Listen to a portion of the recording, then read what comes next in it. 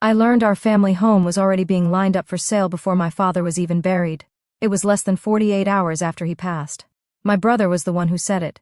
He used the number one house, one solution. He said it had to be sold immediately. For a second, I honestly thought I had misheard him, because the math in my head would not settle. And nothing about the timing made sense. I will explain how it started. The funeral itself was quiet, not dramatic, just heavy. People spoke in low voices like the room might crack if they didn't. I stood near the back, mostly because I did not trust my legs enough to move closer. My brother stood up front with his wife, greeting people, nodding, thanking them. He looked exhausted. We all did. After the service, people drifted outside in loose groups. Some cried, some talked about weather. I was answering a question from one of my dad's old co-workers when my brother cleared his throat. It was not loud, but it carried enough to pull attention without demanding it. He said there was something we needed to discuss as a family. I felt that tightening feeling in my stomach before he even finished. He said the house would need to be sold, soon. At first, I assumed he meant eventually. Months from now. After paperwork. After grief had room to breathe. I nodded, not agreeing, just acknowledging the words. Then he added that the sale was necessary to cover debts he had already committed to paying. That was when the air changed. Someone asked what kind of debts. He hesitated. Just a beat too long. Then he said gambling. Not loudly. Not defensively. Just as a fact. I did not say anything. I remember gripping my car keys too hard and thinking about how my dad paid off that house 2 decades earlier. How he used to say it was the one thing no one could take from us. I kept waiting for someone to interrupt, to say this was not the place. Or the time. No one did. Later, when most people had left, I asked my brother what he meant. We stood in the driveway with the house behind us, windows dark, curtains still half open. He said the debts were overdue. He said creditors were calling. He said selling the house was the fastest way to clean it up. I asked why this was happening now. He shrugged and said Dad would have wanted it handled cleanly.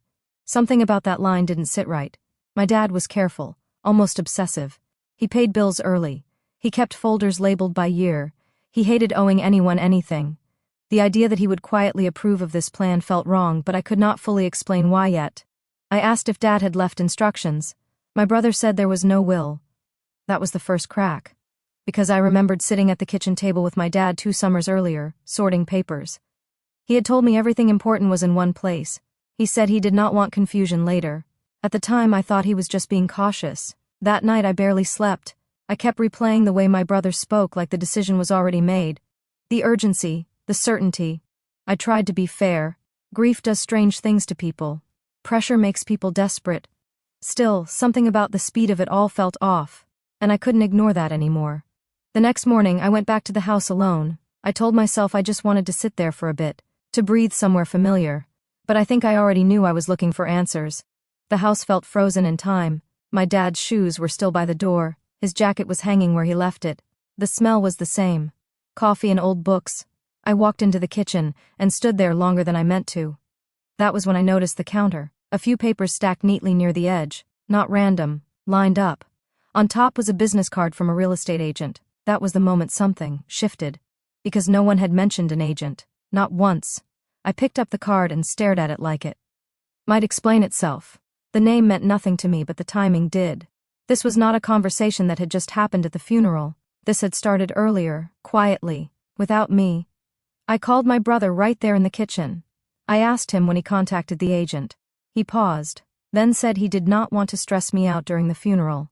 He said he was trying to be practical. He said time was not on our side. I asked how much he actually owed. He gave me a number. It took a second for it to land. It was more than I expected.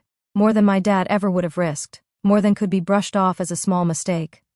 I sat down at the table because my legs suddenly felt unreliable. I asked again about paperwork. About ownership. About whether he had actually checked anything before moving forward.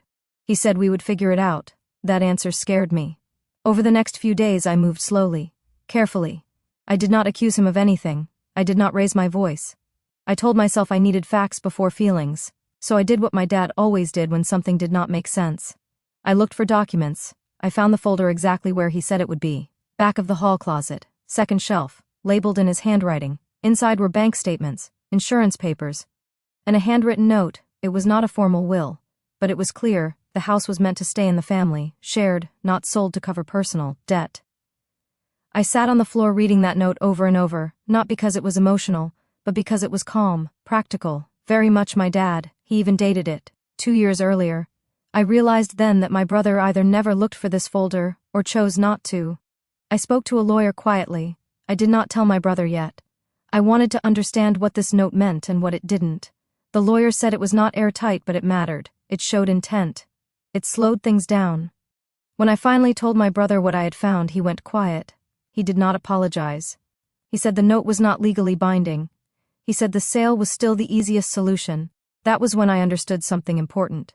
This was not about grief, this was about speed. And if I did nothing, the house would be gone before anyone asked the right questions. I did not respond right away. Not because I was trying to be dramatic. I just needed time to think through what he was actually saying. Easiest solution for who? Fastest for who? Standing there in the kitchen holding that note, I realized how differently we were looking at the same problem. He saw debt closing in. I saw something that could not be undone. I told him I needed time, just a little, to talk to someone, to understand what our options actually were. He pushed back immediately. He said delays would make things worse. He said interest did not wait for grief. He said buyers were already interested. That was the first time he sounded irritated. I asked him how long he had been planning this. He said that question was not fair. I let that sit.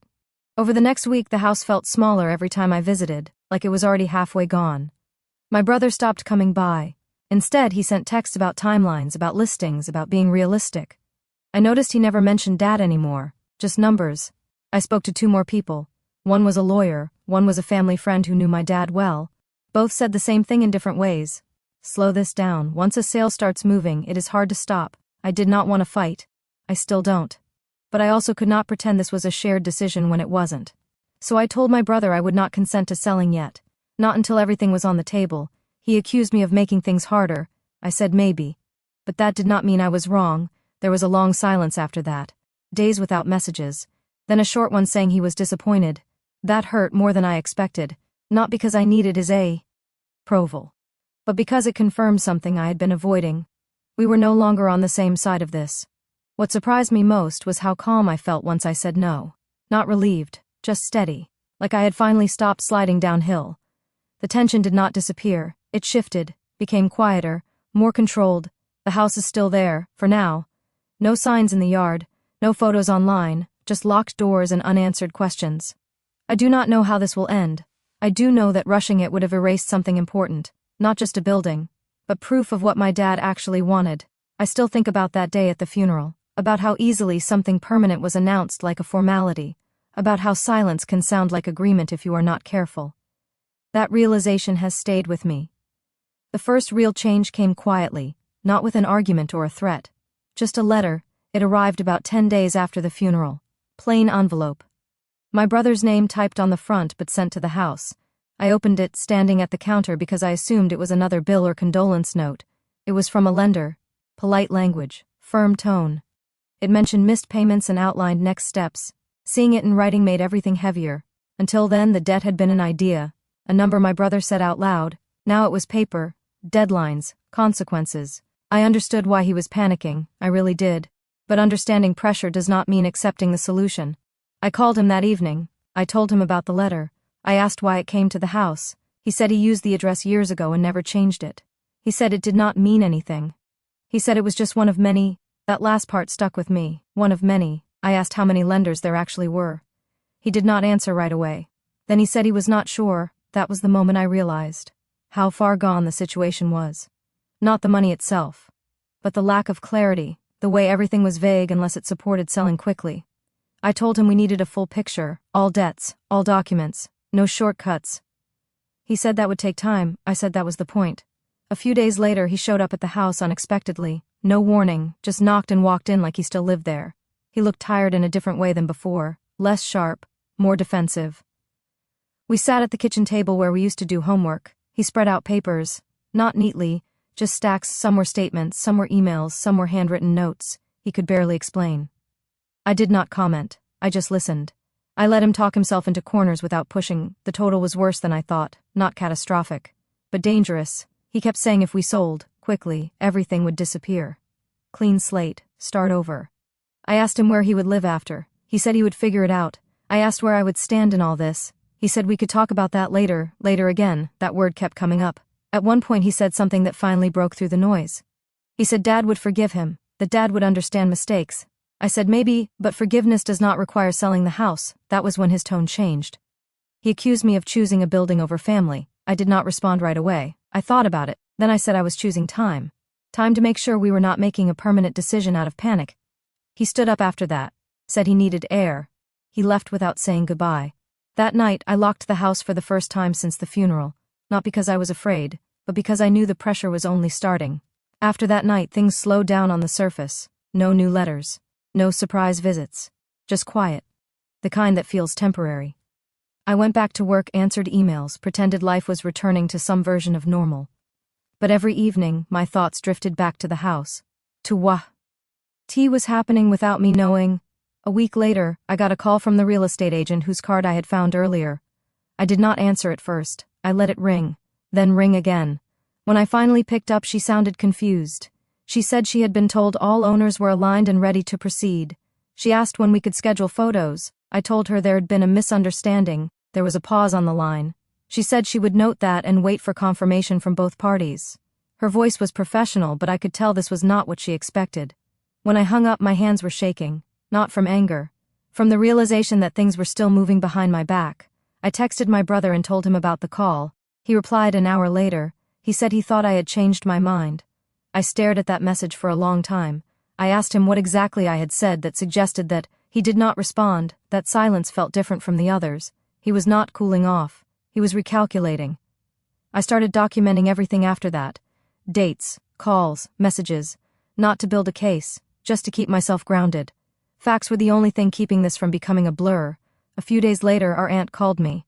She had heard something vague about the house being sold. She asked if that was true. I told her the situation was complicated. She said she remembered my dad talking about that house often, about how it was meant to be a constant. Her words were careful, but her concern was clear. That call mattered more than she probably realized. It reminded me that this was not just my memory against my brother's urgency. Other people remembered too. People who had no stake in gambling debts or timelines. Just history. When I relayed that to my brother, he dismissed it. He said extended family did not understand pressure. He said opinions did not pay interest. He said I was letting nostalgia interfere with reality. Maybe I was, but nostalgia does not sign listing agreements. What bothered me most was how often he framed everything as inevitable, as if resistance was childish, as if slowing down was the same as refusing to help. I started to see how he talked himself into corners. Once he decided on a path, everything else became an obstacle, including me. I did not push back every time. I chose moments. I learned to ask questions instead of arguing. Questions he could not answer cleanly. About ownership, about liability, about what happened if the sale did not cover everything. Those conversations always ended the same way. He would say we would cross that bridge later, and I would realize he had no bridge planned at all. By the third week, the pressure shifted again, not louder, just more pointed. My brother stopped talking about selling and started talking about consequences, missed payments, legal trouble, embarrassment. He framed it like I was the last thing standing between him and relief. I noticed how often he used the word we when he meant me. We need to move faster, we cannot afford delays, we are running out of time. But when I asked what he had done personally to slow the damage, the answers were thin. He said he had stopped gambling. He said he was getting help. I wanted to believe that, I still do. But stopping does not erase what already exists. One evening he admitted something new. He said one lender had suggested putting a lien on the house if the sale stalled. That sentence landed quietly. I asked if he had agreed to anything like that. He said not yet. Not yet was doing a lot of work in that conversation. That was when I knew we had reached the edge of something irreversible. If a lien touched the house, this would no longer be a family disagreement. It would be a legal mess that could spiral fast. I told him that could not happen. Not without my consent. Not without full disclosure. He said I was overreacting. I said maybe. But overreacting was better than losing company. End troll. I contacted the lawyer again. This time I was direct. I asked what steps I could take to protect the house while things were unresolved. He explained options. Temporary ones, not dramatic, just firm, notices, letters, clear boundaries. I did not enjoy any of it, but I did it anyway. When my brother found out, he was furious. He accused me of turning this into a legal standoff. He said I was humiliating him. He said I was acting like he was a stranger. That was the hardest part. Because he wasn't a stranger, he was my brother. The same person who taught me how to drive. The same person who borrowed money from Dad and always promised to pay it back. The same person who never thought small problems could grow teeth. I told him I was not trying to punish him. I was trying to protect what Dad left behind. He said those were the same thing. We did not speak for a while after that. Weeks passed. The house stayed untouched. No signs, no listings. Just locked doors and quiet rooms. The lenders backed off slightly once they realized the situation was not simple, not clean. The crisis did not disappear. It slowed, and sometimes slowing is the only victory available. I started to understand that this story was not going to end with a clear winner. Just clearer lines, clearer limits. I could not save my brother from everything. But I could stop one irreversible mistake from happening in a rush. That understanding settled in slowly. And it stayed. By the time the 4th week passed, the house felt different. Not emotionally. Structurally, like it had shifted from being a place to being a responsibility. I was the one checking the locks now. The mail, the utilities. Small things my dad used to handle without thinking. I kept a notebook in the kitchen drawer where I wrote dates and names and short summaries of conversations. Not because I wanted to build a case, but because I needed to keep my own head straight. My brother and I spoke less. When we did talk, it stayed surface level. Updates, logistics. Nothing personal. He sounded tired in a way that felt deeper than before. Not frantic anymore. Worn down. The urgency had burned itself out and left something quieter behind. One afternoon he called and asked if he could come by. I hesitated before answering. Then I said yes. He arrived without papers this time. No folders, no arguments prepared. He walked through the house slowly, stopping in the same places we always did growing up. The hallway mirror, the old bookshelf, the back door that never closed properly. He said he had not realized how much he had avoided being here. I did not respond right away. He sat at the kitchen table and stared at the surface like he was waiting for it to say something back. Then he admitted something I had not expected. He said the pressure had been making him careless, that he had convinced himself speed would fix what discipline never did. He did not ask for forgiveness. He just said he felt trapped. I told him I understood that feeling, but I also told him that selling the house would not make it disappear. It would just move the damage somewhere else, probably onto me. Onto us. He nodded, but I could tell he was still torn. Relief and regret fighting quietly. He asked what would happen next. I told him the truth. I did not know. We talked about alternatives, slowly, payment plans, selling other things, downsizing his life instead of dismantling ours. None of it was easy, none of it was clean. But it was real. Before he left, he asked if I thought Dad would be disappointed. I said I did not think Dad measured love by mistakes. I think that helped. A little. After that, things settled into a waiting phase. No big moves, just careful ones. The lawyers stayed involved. The lenders stayed cautious. The house stayed put, still standing, still unsold. What surprised me was how often people outside the situation validated what I had been doing. Not loudly, not dramatically. Just small comments. You did the right thing. That was smart. He needed time. I never argued with them. I also never felt triumphant. This was not a win, it was containment, and containment takes energy. I still do not know how this will fully resolve. Debts do not vanish, relationships do not snap back into place. Some damage lingers even when nothing visibly breaks, but I do know this: rushing would have taken away our last chance to choose, and I was not willing to give that up. Time did not fix things, it just revealed them more clearly. By the 2nd month, routines had formed. I handled the house. My brother handled his payments as best he could. We spoke once a week, sometimes less. The conversations were careful, like we were both afraid of saying the wrong thing and undoing the fragile balance we had landed in. He found a smaller apartment, not close to the house, not far either. He sold his car. That surprised me. It was the first decision he made that did not involve me or the house. When he told me, I said that sounded like a real step. He said it felt like punishment.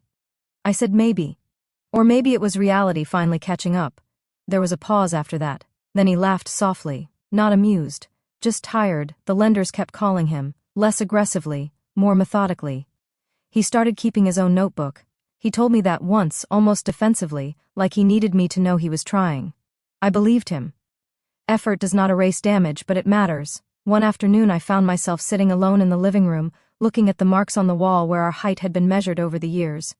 Pencil lines, dates, names. I realized I had stopped thinking about selling entirely. Not because the risk was gone, but because I had accepted my role.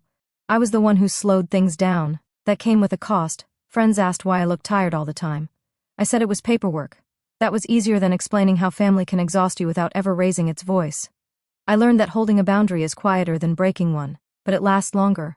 My brother and I never revisited the funeral conversation directly. It sat between us, unspoken. But one day, While we were going over a payment plan, he said something that circled back to it. He said he hated that people heard him say those words there. At the funeral, he said it made him feel like he had already failed before he even tried to fix things. I did not tell him how those words landed on me. I just said that moment changed everything. He nodded, and for the first time, that nod felt like agreement, not with me, with reality. The house is still quiet, still familiar, still heavy in a way I cannot fully explain. I do not live there, I just maintain it, like a caretaker for something larger than myself. Some days I resent that. Other days I feel strangely grateful. Grief does not move in straight lines, neither does responsibility. They overlap, they complicate each other, they force choices that do not come with applause or closure. I have stopped waiting for this to feel finished. Instead, I focus on what is clear. The house was not sold, the damage did not spread, and some mistakes, once slowed, lose their power to define everything that comes after. The last thing that changed was me. Not suddenly. Not in a way anyone else could see. Just a quiet shift in how I carried all of this. By the third month, the crisis was no longer urgent, but it was not resolved either. It lived in the background, a low hum. Payments went out on schedule. Calls came less often. Lawyers stayed available but inactive. Everything existed in a holding pattern. So did we. My brother and I met for coffee one morning instead of at the house. Neutral ground. That felt important. He looked healthier, thinner, more present. He told me he had not gambled since the funeral. I did not ask for proof. I just listened. He said he understood. Now why I pushed back, not because the house was sacred, but because selling it would have taught him the wrong lesson. That sentence caught me off guard. He said if the house had been sold, the debt would have disappeared, but the behavior would not have. He said he needed to feel the weight of fixing something without erasing it. I did not know how to respond to that, so I did not rush to. I just nodded. We talked about practical things after that. Boring things, maintenance, insurance, long-term plans that did not assume disaster. For the first time, the house was not the centerpiece of the conversation. It was just one part of a larger picture. When we stood to leave, he hesitated. Then he thanked me, not for saving the house, for not letting him take the fastest way out. That was the closest thing to resolution we ever reached. The house is still there. It will probably stay that way for a while, maybe longer than I expect. I have stopped trying to predict its future. Some things are better left undecided until they earn clarity. What I know now is this. Grief makes people reach for certainty. Fear makes them reach for shortcuts, and sometimes love looks like saying no when yes would be easier. I did not win anything, I just prevented something from being lost too quickly, and I can live with that.